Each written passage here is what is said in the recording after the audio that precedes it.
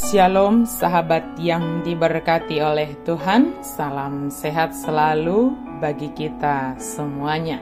Marilah kita bersatu di dalam doa untuk merenungkan firman Tuhan. Berfirmanlah Engkau ya Allah, sebab kami telah siap untuk mendengarkannya. Curahkan Roh Kudus-Mu bagi kami, memberi hikmat dan pengertian dalam merenungkan firman Tuhan. Amin. Firman Tuhan bagi kita pada hari ini tertulis dalam kitab Efesus 2 ayat 22. Di dalam Dia kamu juga turut dibangunkan menjadi tempat kediaman Allah di dalam roh. Di bagasan ibanado nang hamu rap di pauliuli. Gabe parmianan ni debata di bagasan todii. Dibangun menjadi tempat kediaman Allah. Dalam membangun sebuah rumah, tidak ada yang langsung jadi dalam sekejap dan siap untuk segera ditempati. Membangun sebuah kediaman memiliki proses yang harus dilalui, mulai dari merancang, mempersiapkan kebutuhan untuk membangun, kemudian memulai penggalian untuk membuat fondasi hingga pada penyelesaian pembangunan itu. Setelah selesai juga tidak pernah berhenti untuk terus-menerus merawat tempat kediaman tersebut supaya nyaman sebagai tempat tinggal dan orang yang menempati menjadi sejahtera berada di dalam bangunan tersebut. Jika kita pemilik bangunan, pastilah kita berusaha melakukan yang terbaik. Jika ada sesuatu yang rusak dan perlu diperbaiki, segera kita berusaha memperbaikinya supaya tidak menjalar kerusakannya semakin besar. Atau bahkan jika sudah saatnya tidak dapat lagi diperbaiki yang rusak sebab seluruhnya sudah perlu diperbaiki, pemilik rumah dapat mempertimbangkannya untuk merobohkan dan membangun yang baru untuk kebaikan dan kesejahteraan yang tinggal di dalamnya. Semua menjadi proses dan ujian kelayakan untuk menjadi tempat kediaman yang untuk orang yang di dalamnya. Jika rumah dibangun sedemikian rincinya, lebih dari itulah kita telah dirancang oleh Allah. Bahkan dikatakan sebelum kita ada, Tuhan telah merancang kelahiran dan perjalanan kehidupan kita di dunia ini. Sejak berada di dalam rahim ibu kita, seorang anak telah ditenun dan dirancang menurut kehendak Tuhan. Sebab kehidupan di dalam rahim seorang ibu adalah atas kehendak Allah. Kita telah dibangun di dalam Dia sejak kita berada dalam rahim ibu.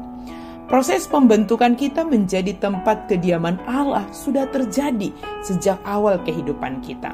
Apakah setelah lahir maka proses itu menjadi berhenti? Tentu tidak. Sepanjang hidup adalah merupakan proses pembangunan diri kita menjadi tempat kediaman Allah. Walau kita merasa bahwa semua perintah Allah melalui firman-Nya telah kita lakukan. Kita sudah menjadi orang yang taat sepenuhnya kepada Allah di dalam Yesus Kristus. Puji Tuhan jika kita sudah pada tahap yang demikian. Tetapi Allah tetap setia merawat kita agar kita tidak jatuh dan terjerumus menjadi orang yang menyombongkan perbuatan diri. Jika bibit kesombongan itu ada dalam diri kita, Tuhan menolong kita juga untuk menyingkirkan kesombongan itu, agar tidak menjadi merusak segala kebaikan yang ada dalam diri kita.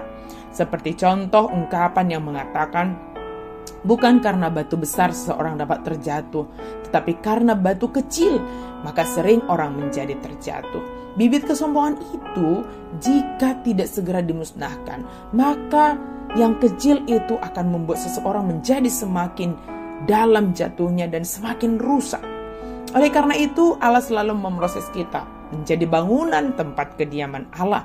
Dia tinggal di dalam kita dan kita di dalam Dia. Allah berusaha untuk menjaga kita sebagai kediamannya, merawat kita supaya tidak dirusak oleh sesuatu yang tidak baik. Dia hadir dalam hidup kita untuk membuat kita menjadi berkat, tempat kediaman di mana orang yang ada di sekitar kita merasa nyaman dan tentram. Sahabat yang diberkati Tuhan, napi nauliuli dohita di bagasan debata. Artinya, pasti ada sesuatu yang kurang dalam diri kita. Sebab kita pasti memiliki kekurangan.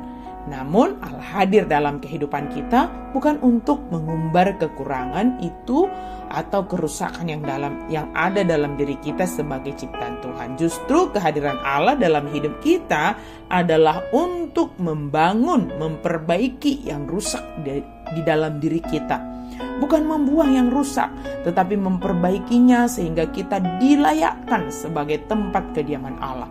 Betapa Allah sangat mengasihi kita. Maka kita juga seharusnya mengasihi Allah melalui mengasihi sesama kita dan siap diperbaiki, dibangun oleh Tuhan.